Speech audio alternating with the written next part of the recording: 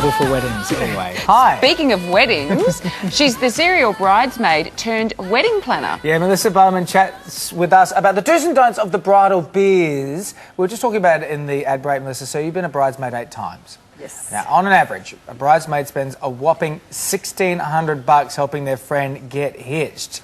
So that's a lot of dosh. It is a lot of money. You can't say no to that, though, can you? No, I think if you've been asked to be a bridesmaid, it's obviously a really good friend of yours or, you know, a member of the family. Yeah. What are you paying for $1,600? The dress. Yeah, the dress, the nights dress, hair out. and makeup, hens parties, kitchen teas, you know, presents like the engagement presents, wedding presents, and accommodation when you need to go in fact, and stay if you get out of it for $1,600, you're probably doing well. How much is the bride's paying for? The bride's paying for none of that. Well, I was actually really lucky. Each time I've been a bridesmaid, the brides have contributed towards it. That's me as a flower girl when I was 4. That's when it all started. You started young. Yeah, I did. I was really lucky in that way. But I think if you say no to being a bridesmaid, you're creating a really awkward situation. Unless, you know, you're pregnant or you're overseas or you have a legitimate excuse. Yeah, you know, you're really in financial trouble. But I think it's really important if brides can actually contribute towards a bridesmaid's costs because it's your wedding day. Because some women call themselves bride slaves rather than bridesmaids because they've had to do so much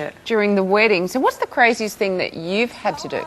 I haven't really done anything really crazy. I've heard of bridesmaids having to fly, you know, different states to, you know, be with the bride, you know, during her dress fittings. You've never had to do this with the bathroom? No, I haven't, thank goodness. No. It was quite fun actually at my sister-in-law's wedding. We had 3 times the amount of groomsmen as we did bridesmaids. So we had sausage factory. It was quite fun. We had 3 guys to ourselves. We walked down the aisle out of the church with 1 groomsman. Is this the picture? Yeah, that's it. That's my sister-in-law's. She married an American guy, and they're all his American's friends. Plus Anna's 2 brothers, one's my husband in there. Oh, wow. And so these ladies had a nice night? Yeah, that's me on the end there.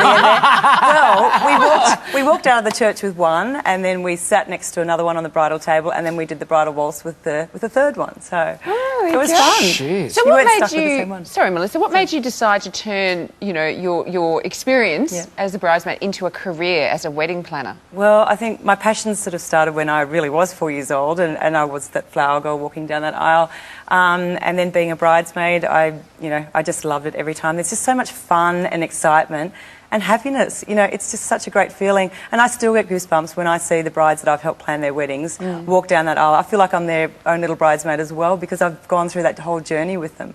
But Melissa, stuff goes wrong on the day. Can't help definitely. It. The guy who was filming our wedding broke our bed. So, you know, what do you know that's gone wrong? What's your horror stories? Oh, by the way, he was just filming. I am so lucky. You know, there's never been something really, really, you know, dramatic go wrong. But I guess probably the worst one was when I was a bridesmaid in the Hunter Valley, and we'd all been out for the rehearsal dinner, came home, went to bed, and we were burgled during the night, and so we'd all left our cameras, wallets and everything on the table. We were all staying in the same place. It was the bride, the bride's parents, family and bridesmaids. And one of the fellow bridesmaids had actually chucked a sickie at work the day before and had the company car, and they'd taken off with her company car keys.